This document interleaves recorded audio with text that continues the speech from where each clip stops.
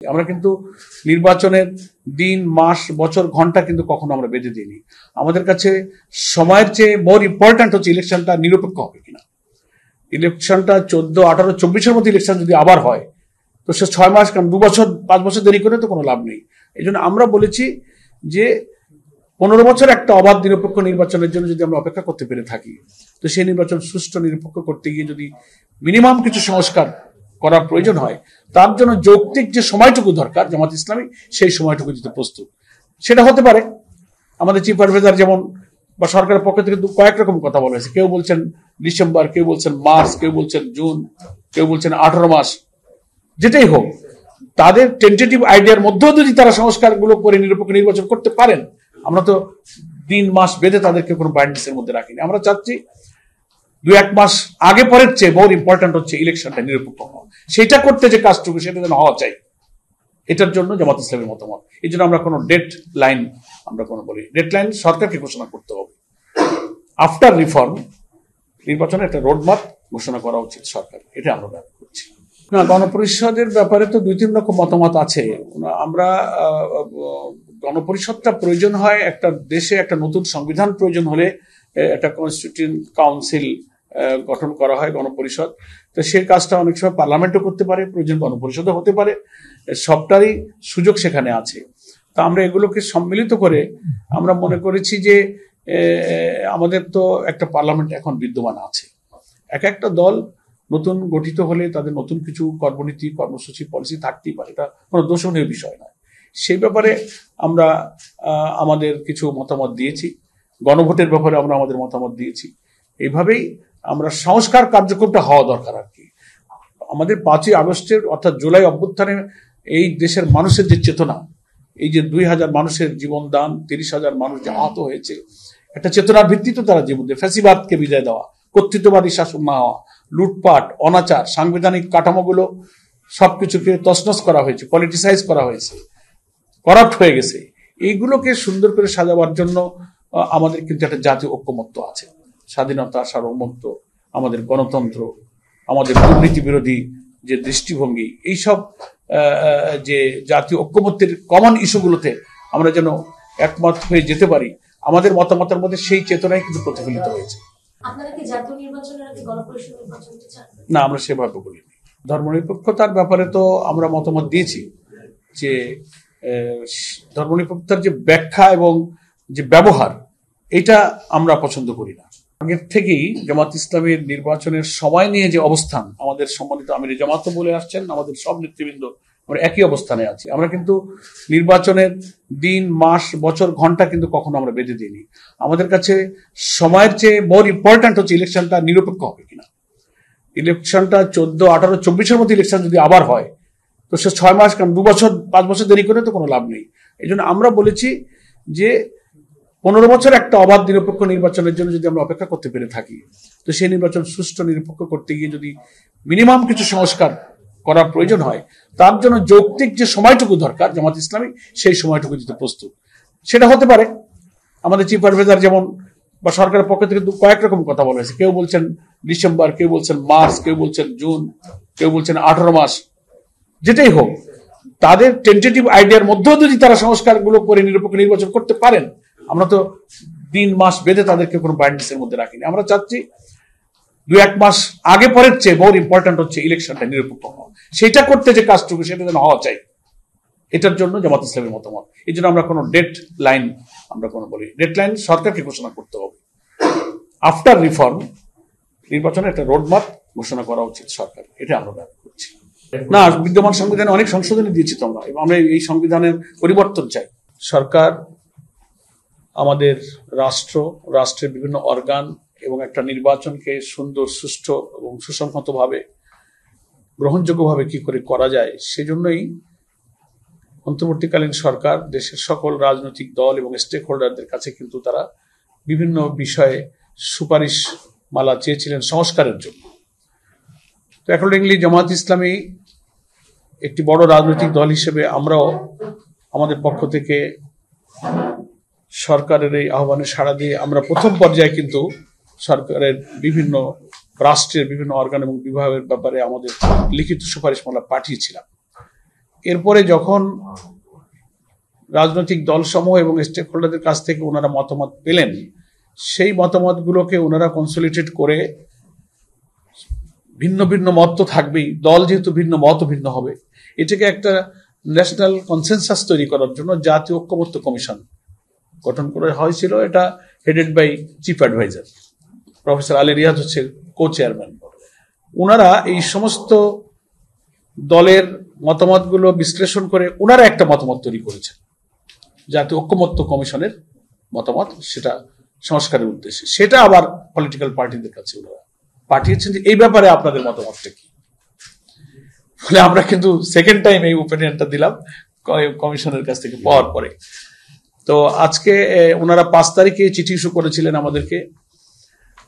6টা রিফর্ম কমিশনের রিপোর্ট ওনারা পাওয়ার পরে সবগুলো আমাদেরকে দিয়েছিলেন। একটা বাদে 5টা কমিশনের সুপারিশের উপরে ওনারা আমাদের মতামতটা খুব আগেই ভাগেই চেয়েছিলেন। তো আমরা আজকে 20শে মার্চ আমরা 5টা কমিশনের সুপারিশের উপরে আমরা জামাত ইসলামের যে মতামত সেটা সুলিখিতভাবে দিয়েছি। একটা হচ্ছে সংবিধান, দ্বিতীয় হচ্ছে জনপ্রশাসন, তৃতীয় হচ্ছে বিচার বিভাগ, চতুর্থ নির্বাচন প্রক্রিয়া, ইলেকট্রাল প্রসেস, আর একটা হচ্ছে দুর্নীতি দমন কমিশন।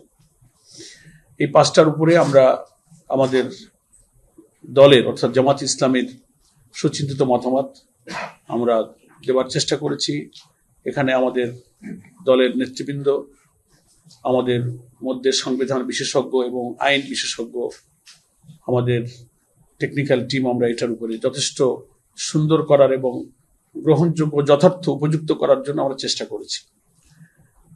তো সেই 5 তারিখ থেকে ধরেন আজকে 20-15টা দিনের পিছনে আমরা সময় দিয়েছি আমাদের নেতৃবৃন্দ এবং আমাদের জামাত ইসলামের সম্মানিত আমির ডক্টর শফিকুর রহমানের সভাপতিত্বেই আমাদের যেটা অ্যাপেক্স বডি আছে দলের নির্বাহী পরিষদেই এই সুপারিশ মালাগুলো কিন্তু বারবার পর্যালোচনা হয়েছে। আমরা সেখানে সংযোজন বিয়োজন করেছি এবং ওনাদের পাঠানো প্রফর্মা অনুযায়ী আমরা সেটা কোনোটার পক্ষে মত, কোনোটা আংশিক, কোনোটা নতুন কোনো মতামত বা কোনো সুপারিশ অথবা একমত নই, এসব অপশন ওখানে ছিল। সেভাবেই আমরা আমাদের মতামত দেওয়ার চেষ্টা করেছি এবং সেই 5টা কমিশনের লিখিত রিপোর্ট আমরা আজকে এখানে জমা দিয়েছি। এখন আপনারা যেটা জানতে চেয়েছেন যে উল্লেখযোগ্য কি আছে, তো অনেক বিষয় লিখিত, এগুলো তো ওয়েবসাইটে চলে যাবে, আপনারা পাবেন। তো মেজর যেমন ইলেকশনের ব্যাপারে নিরপেক্ষ করার জন্য অনেক প্রস্তাব আমরা ওখানে দিয়েছি। নির্বাচন কমিশনের যারা কর্মকর্তা কর্মচারী তারা অপেক্ষাকৃত নিরপেক্ষ, প্রিজাইডিং, পলিং এর ক্ষেত্রে যেন তারা দায়িত্ব পালন করতে পারেন, এসব কথা আমরা আগেও বলেছি। পলিটিক্যালি যারা একটু নিরপেক্ষ থাকতে পারে না সেই সমস্ত লোকদের এড়াবার জন্য যতটা সম্ভব তাদের মধ্যে রাখা এবং নেক্সট সরকারি কর্মকর্তা যারা রাজনীতির সাথে যুক্ত হন না এর মধ্যেই এই সমস্ত কর্মকর্তাদের অ্যাপয়েন্টমেন্ট রাখবার পরামর্শ আমাদের আছে। তারপরে তো আমরা আমাদের নির্বাচনের ব্যাপারে মেজর বড় কথা বলেছি যে এই নির্বাচনটা হতে হবে প্রপোর্শনাল রিপ্রেজেন্টেশন, পিআর পদ্ধতি, সংখ্যানুপাতিক পদ্ধতিতে, যেটা আধুনিক গণতান্ত্রিক বিশ্বের প্রায় 60টিরও বেশি সংখ্যক দেশে এটা কার্যকর আছে। এটার অনেক ব্যাখ্যা আছে, সেটা শর্ট টাইমে ব্যাখ্যা বলার প্রয়োজন নেই। আমরা এই সমস্ত বিষয়গুলো এখানে উল্লেখ করেছি। সংবিধানের অনেক জায়গায় ওনারা অনেক মতামত চেয়েছেন, সেখানে আমরা দিয়েছি। এখানে নতুন নতুন অনেক জিনিস আসছে। হ্যাঁ, সংবিধানের মূলনীতির উপরে ওনারা অনেক মতামত চেয়েছেন, সেখানে আমরা মতামত দিয়েছি। তারপরে আছে ওই এক একটা ইস্যুর উপরে এক এক ধরনের মতামত আছে। মূলনীতির উপরে আমরা তো আল্লাহ তাআলার উপরে অবিচল ঈমান এবং আস্থা, এটাকে আমরা রাখার ব্যাপারে কথা বলেছি। তারপরে ওখানে সংবিধানের মূলনীতিতে আরো যে সমস্ত বিষয়গুলো আছে, গণতন্ত্র, তারপরে অন্যান্য বিষয়গুলো, আমরা সাম্য, মানবিক মর্যাদা, সামাজিক সুবিচার, এসব প্রসঙ্গগুলো আমরা বহাল রেখেছি। আর কিছু কিছু জায়গায় আমরা আমাদের পরামর্শ ওখানে আমরা দিয়েছি এবং ওনাদের সুপারিশের মধ্যে ন্যাশনাল কনস্টিটিউশনাল কাউন্সিল নামে একটা প্রসঙ্গ এসেছে, সেখানেও আমরা সম্পূর্ণ একমত হইনি, সেখানে আমরা কিছু মন্তব্য সহকারে আমরা সেখানে এই সাংবিধানিক কাউন্সিলের ব্যাপারে আমরা মতামত দিয়েছি। আপনারা দেখতে পাবেন ওখানে অনেকগুলো বিষয় আছে।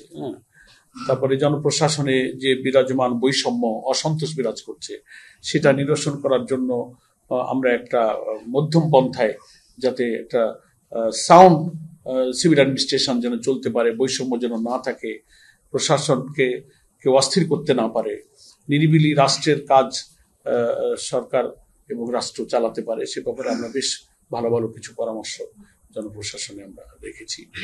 বিচার ব্যবস্থার ব্যাপারে, তারপরে নির্বাচনের ব্যাপারে এখানে অনেক প্রপোজাল, নতুন আইডিয়া এসছে, দ্বিকক্ষ বিশিষ্ট পার্লামেন্টের আইডিয়া এসছে, সেখানে আমরা আমাদের মতামত দিয়েছি। হাইকোর্টকে আমরা একমত হয়েছি, কিন্তু সেখানে আমাদের কিছু কমেন্টস আছে, কিছু বক্তব্য আছে। হাইকোর্টকে ডিসেন্ট্রালাইজ করার জন্য ডিভিশনাল সিটিতে হাইকোর্টের বেঞ্চের ব্যাপারে ওনাদের প্রস্তাব ছিল, সেখানেও আমরা কিছু মন্তব্য সহকারে আমরা বলেছি। এরকম অনেক কথা আছে, আসলে শর্ট টাইমে তো এত আমরা পক্ষে মতামত দিয়েছি। জনগণকে বিচার মানুষের কাছে নিয়ে যাওয়া, আর এত লক্ষ লক্ষ মামলা পেন্ডিং জট হয়ে আছে, মানুষ তো বিচার পাচ্ছে না। এক একটা মামলা থেকে তার বিচার পেতে 10 বছর, 20 বছর, 30 বছর চলে যাচ্ছে, মানুষ ঘুরছে। তো বিচার, তারপর বিচারপতিগণের নিয়োগের আইনের ব্যাপারেও নতুন চিন্তা আমরা ওখানে দিয়েছি। তো সেগুলো আর কি আপনারা দেখতে পাবেন। আমরা জাস্ট আজকে জমা দিতে এসেছি, ফরমাল জমা, তাই আপনাদের সঙ্গে দেখা হলো। এবং বাংলাদেশ জামাত ইসলামী চায় একটি অবাধ, নিরপেক্ষ, গ্রহণযোগ্য নির্বাচন। সেজন্য আমরা সরকারের এই সংস্কারমূলক কাজে কিন্তু সহযোগিতা করছি, এটা হচ্ছে বড় কথা।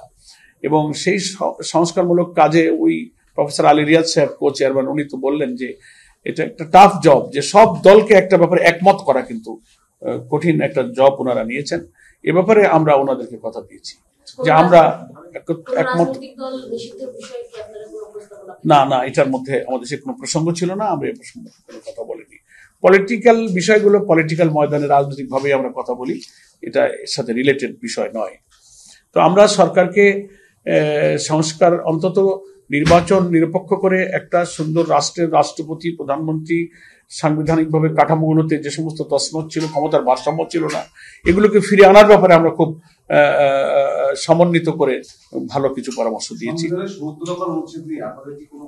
আমরা মতামত দিয়েছি, আমরা রাখার পক্ষে বলেছি, কিন্তু সেখানে আমাদের কিছু ব্যাখ্যা আছে।